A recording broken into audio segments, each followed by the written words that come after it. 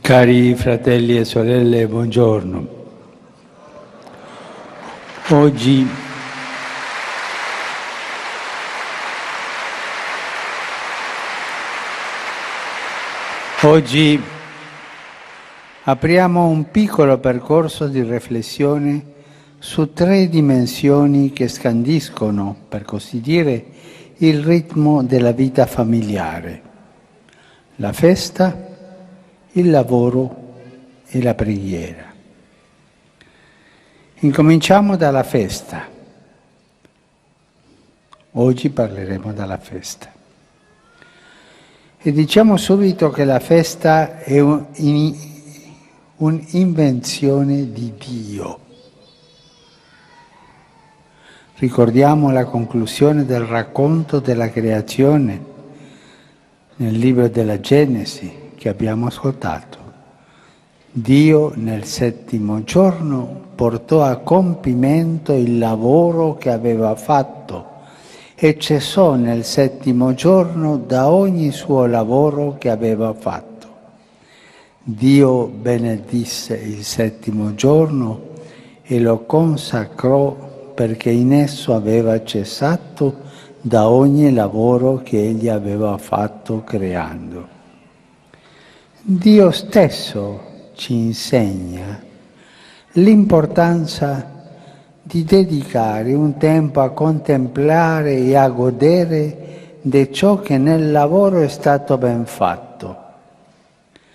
Parlo di lavoro naturalmente, non solo nel senso del mestiere e della professione, ma anche nel senso più ampio. Ogni azione con cui noi uomini e donne possiamo collaborare all'opera creatrice di Dio. Dunque, la festa non è la pigrizia di starsene in poltrona o l'ebbrezza di una sciocca evasione. No, la festa è anzitutto uno sguardo amorevole e grato sul lavoro ben fatto. Festeggiamo un lavoro.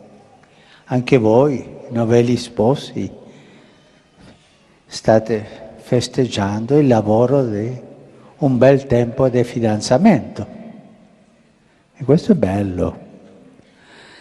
È il tempo per guardare i figli o i nipoti che stanno crescendo e pensare che bello. È il tempo per guardare la nostra casa, gli amici che ospitiamo, la comunità che ci circonda e pensare che cosa buona. Dio ha fatto così quando ha creato il mondo e continuamente fa così perché Dio crea sempre, anche in questo momento. Può capitare che una festa arrivi in circostanze difficili o dolorose e si celebra magari con il groppo in gola. Eppure anche in questi casi chiediamo a Dio la forza di non svuotarla completamente. Voi mamme e papà sapete bene questo. Quante volte per amore dei figli siete capaci di mandare giù i dispiaceri per lasciare che loro vivano bene la festa, gustino il senso buono della vita. C'è tanto amore in questo. Anche nell'ambiente di lavoro, a volte, senza venire meno i doveri, noi sappiamo infiltrare qualche spazio di festa.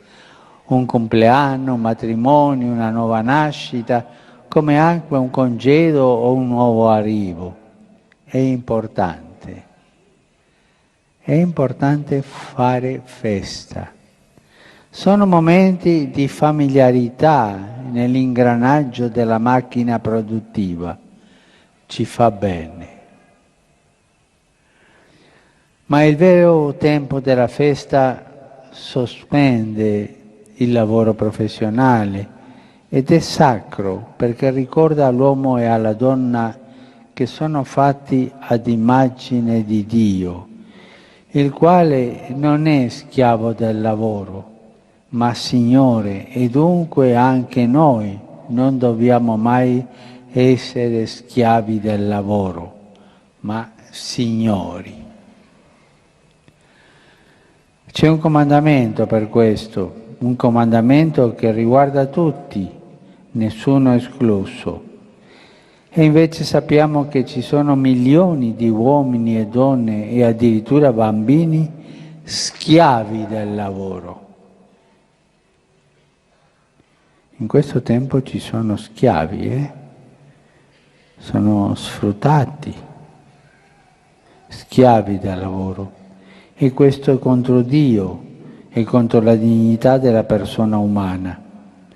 L'ossessione del profitto economico e l'efficientismo della tecnica mettono a rischio i ritmi umani della vita, perché la vita ha i suoi ritmi umani. Il tempo del riposo, soprattutto quello domenicale, è destinato a noi perché possiamo godere di ciò che non si produce e non si consuma, non si compra e non si vende. E invece vediamo che l'ideologia del profitto e del consumo vuole mangiarsi anche la festa. Anch'essa a volte viene ridotta a un affare, a un modo per fare soldi e per spenderli. Ma è per questo che lavoriamo. L'ingordigia del consumare che comporta lo spreco è un brutto virus che tra l'altro ci fa rinnovare alla fine più stanchi di prima. Nuoce al lavoro vero, consuma la vita. I ritmi sregolati della festa fanno vittime spesso giovani. Infine, il tempo della festa è sacro perché Dio lo abita in un modo speciale. L'Eucaristia domenicale porta alla festa tutta la grazia di Gesù Cristo, la sua presenza, il suo amore, il suo sacrificio, il suo farci comunità, il suo stare con noi. E così ogni realtà riceve il suo senso pieno. Il lavoro, la famiglia, le gioie e le fatiche di ogni giorno, anche la sofferenza e la morte, tutto viene trasfigurato dalla grazia di Cristo. La famiglia è dotata di una competenza straordinaria per capire, indirizzare e sostenere l'autentico valore del tempo della festa. Ma che belle sono le feste in famiglia, sono bellissime. E in particolare il valore della domenica. Non è certo un caso se le feste in cui c'è posto per tutta la famiglia sono quelle che riescono meglio. La stessa vita familiare, guardata con gli occhi della fede, ci appare migliore delle fatiche che ci costa. Ci appare come un capolavoro di semplicità, bello proprio perché non artificiale, non finto, ma capace di incorporare in sé tutti gli aspetti della vita vera. Ci appare come una cosa molto buona, come Dio disse al termine della creazione dell'uomo e della donna. Dunque, la festa è un prezioso regalo di Dio, un prezioso regalo che Dio ha fatto alla famiglia umana. Non roviniamolo. Grazie.